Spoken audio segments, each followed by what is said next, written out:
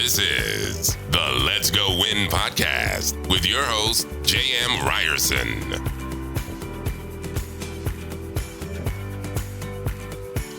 What is shaking, you guys? Welcome to Let's Go Win podcast. This is Tuesday Tune-Up with Ryersons. I'm JM. And I'm Lisa. And we are the Ryersons, if you didn't figure that part out. All right, so today I want to talk about something that we all have, and we all have this narrative going through our minds, and that is, what is the story that you're telling yourself? Because so often these stories dictate and predict and really lay out what your life is. And so often I think people don't think about, what do you really want that story to be? What are you telling yourself? And the fact that you can create it. So that's what we're going to dive into, because one of my mentors, he talks about this in how important the story is and how you can change that. So before I dive into a little bit of that, when I say the story, do you have the concept? What does that feel like to you? Yeah, I mean, I think we are able to create whatever, right, in our brain. And if we tell ourselves we're amazing, then we're amazing. If you tell yourself you're shy or insecure or whatever, then that's what you're going to be. So to think is to create. You know, that's a quote that is always stuck with me, is if you create the proper story, you will get to where you want to go, right? And if you create a negative story, then that's the route you're going to go negatively. Yeah, so literally Champions Daily Playbook, the second book, it is all based on this idea, because the first thing it starts with is setting your daily intention. Like, what do I want to do today? How do I want to show up today? And so you're starting to create your story immediately out of the gate.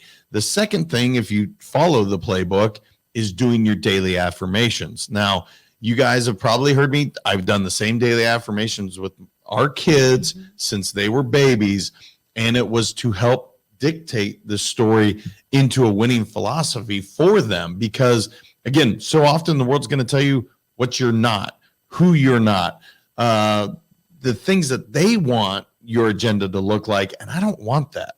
I want our kids and anyone I care about, anyone I influence, I want you to dictate the story for yourself. And the world wants you to go out there and win for yourself.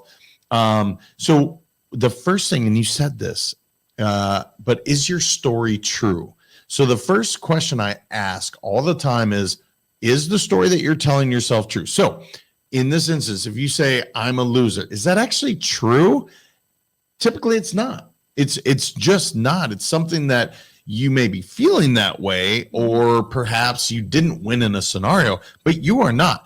And why this is so important, the moment you start to accept that you are a loser, quote unquote, then that's how you're going to show up in everything. So do you ask yourselves on a daily basis, is this story true? Because I know I'm constantly, especially when negative thoughts come in, I go, is this true? Because we get 60,000 thoughts that go through our head. I got a lot of negative shit that goes through my head. Half of it or more, I'm like, nope, that's not true. But it goes through, and that's okay. So do you ask yourself the same question? No, I think your brain is way more complicated than most. I don't have 60,000 thoughts that go through my head. You could have the same shopping thought go through your head, or clean the house go through your head. Yeah, that's true. But no, they've done studies. They've literally, and I don't know how you study this. I guess it would be brain activity and waves and know that a thought's actually passing. But yes, we do. And to answer your other part of the question, do I ask myself that? No, because I feel like everything that goes through my head is true. Well, so this is what's interesting. This is what's fascinating. Lisa doesn't really have that inner dialogue that's just kind of an asshole. Mine can be, right? I know you hear when people say you are your toughest critic. And I know that applies for myself. I have always had to work on constantly telling myself, be more positive towards myself, not others. I think typically I try to always give people, the benefit of the doubt, or I think positively, I try to. But when it comes to myself, just being honest, that's always been a thing. And you've never quite understood that. No, because I like myself a lot. Which is amazing. That's great. So you don't ask yourself, is it true? You're just like, yep, it's positive. So you have to have negative thoughts go through your head, though. Yes. So what do you do with them? Do you just, when it's like for myself? I would, no. No, because I'm like, well, messed up on that one. Moving on. Like I've never really.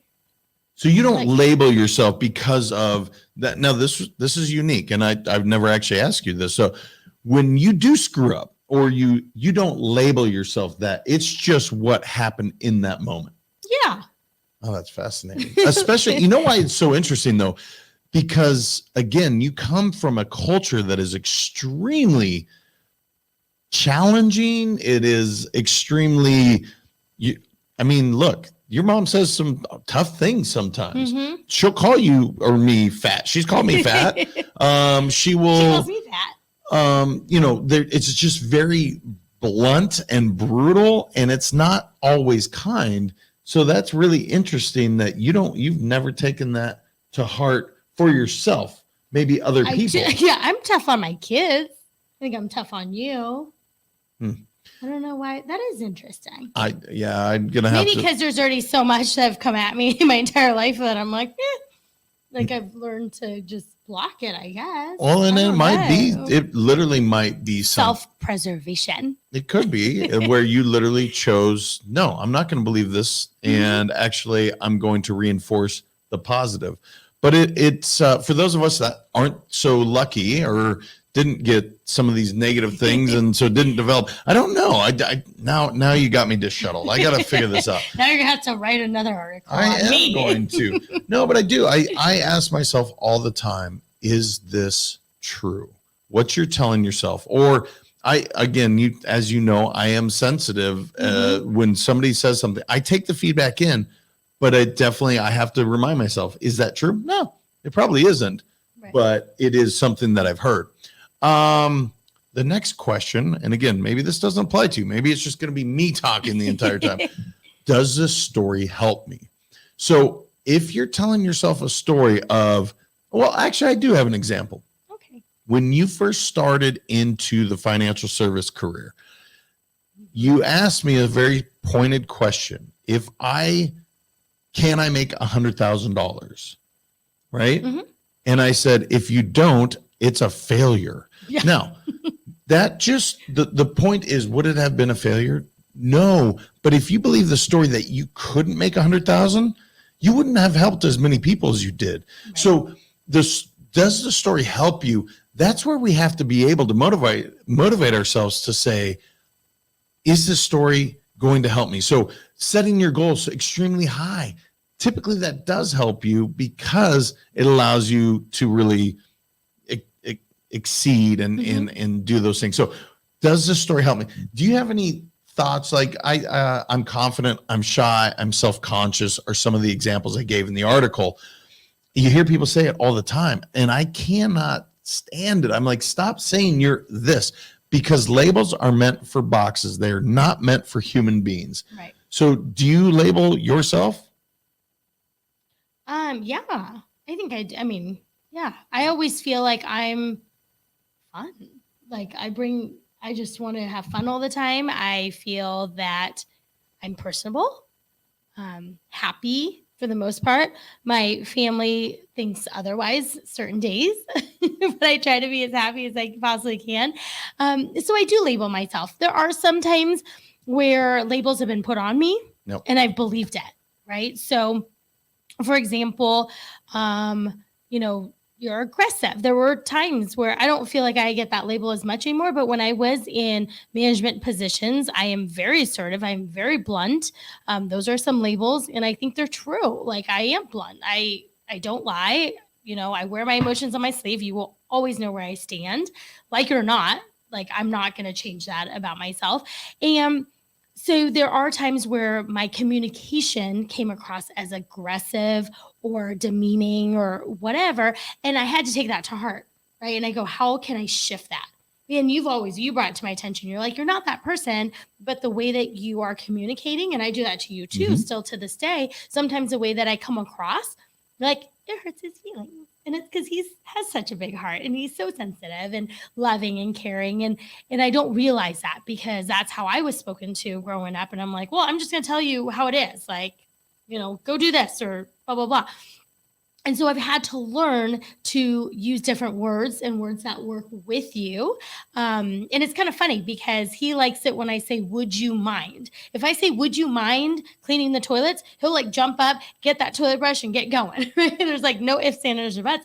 But if I say, hey, people are coming over, I need you to go clean the toilets like right now. He's gonna be like, no, Nope. like I don't want to do that, right? And so it's the wording that's behind it for him. And it's figuring out what works with each individual and how to communicate with them.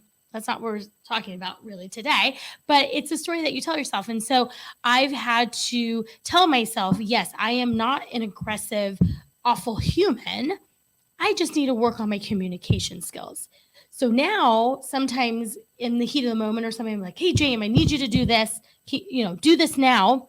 And I go, would you mind? Because I'll forget to say it in the beginning, but I'm working on it, So I think you take that feedback and you know that you're not an aggressive, horrible human, if that's what you've been called. And it's just working on little tweaks to not be perceived that way.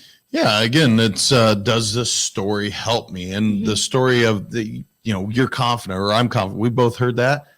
I play that story. You're right. Because I do believe in who we are as human beings. Right. And so that does support what we're trying to do.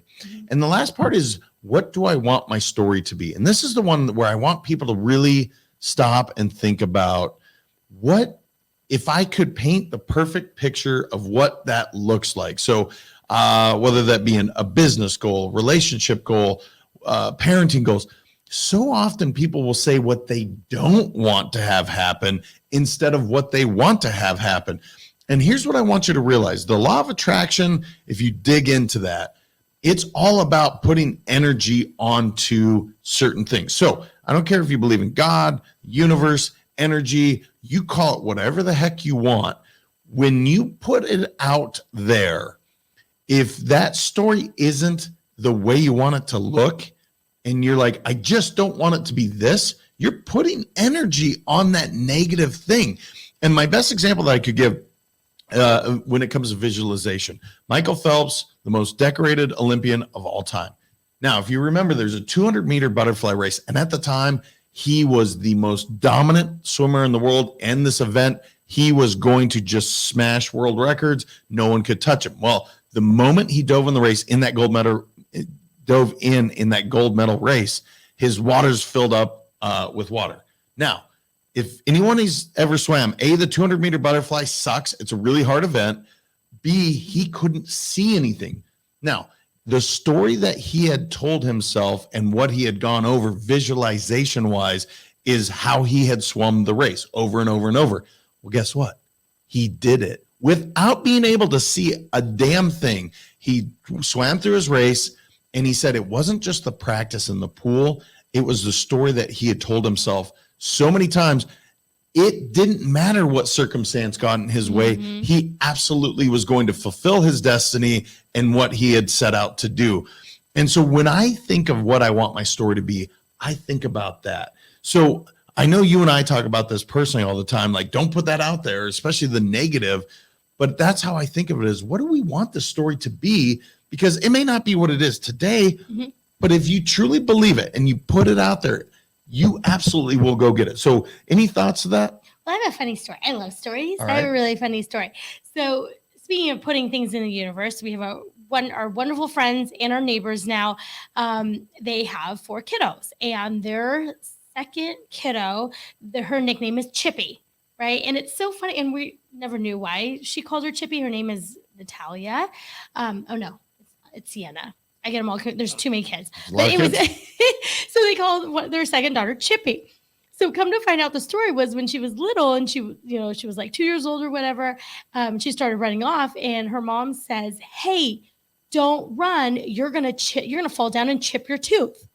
Put that in the universe. Next thing you know, daughter falls down on the pavement, chips her tooth. Right? Like, totally put it in the universe. And so I always laugh at that. And that's happened so many times in our lives where good, bad, or indifferent, you tell a story or you put it in the universe, I swear, it just happens. Well, and so here's what's kind of cool. Again, whether you believe in universe or energy, and energy is what I'm going to go with. We are all energy, right? Like you see hands, but the truth is this is energy all put together. And it's like, so when you put that out there, and I don't care if you don't believe it, just try it. When you do it, watch what happens. It's just energy is attracted. And so if you put out good energy, guess what? Good energy comes. If you put out that bad energy, that also comes. And so what I want you to think about to wrap this up, what is the story that you're telling yourself? And I want you to ask, is it true? Does it help me? And then ultimately, what do I want my story to be? And if you can follow that process, I think you'll be able to, I know you'll be able to fulfill so much more than what maybe you have done. So I would love to hear some of people's stories. Where can they send them to us? Check us out on all of the social media outlets. Comment, share, whatever you need to do. But we'd love to hear from you. Yes, please do. And with the comment and the share, subscribe, subscribe, share, and just pass this along, you guys. We love doing these, and we hope you're getting the value too. But the more feedback you give us, the more we can change it up, have different guests on, talk about various subjects. But that is from your support. So until next time, you guys remember, your mindset matters, and we'll talk to you then. Thank you so much for listening. If this content is delivering value to you, please make sure to subscribe, rate, and review us. That helps us build this community, and that is what we are all about. Building this community as big as we can, helping as many people as we can, and deliver as much value as possible. Be sure to head over to letsgowinpodcast.com for information on my coaching courses, and make sure to follow us on Facebook, Instagram, and LinkedIn at Let's Go Win 365. Let's go win and transcend in life. This is the Let's Go Win podcast with your host, J.M. Ryerson.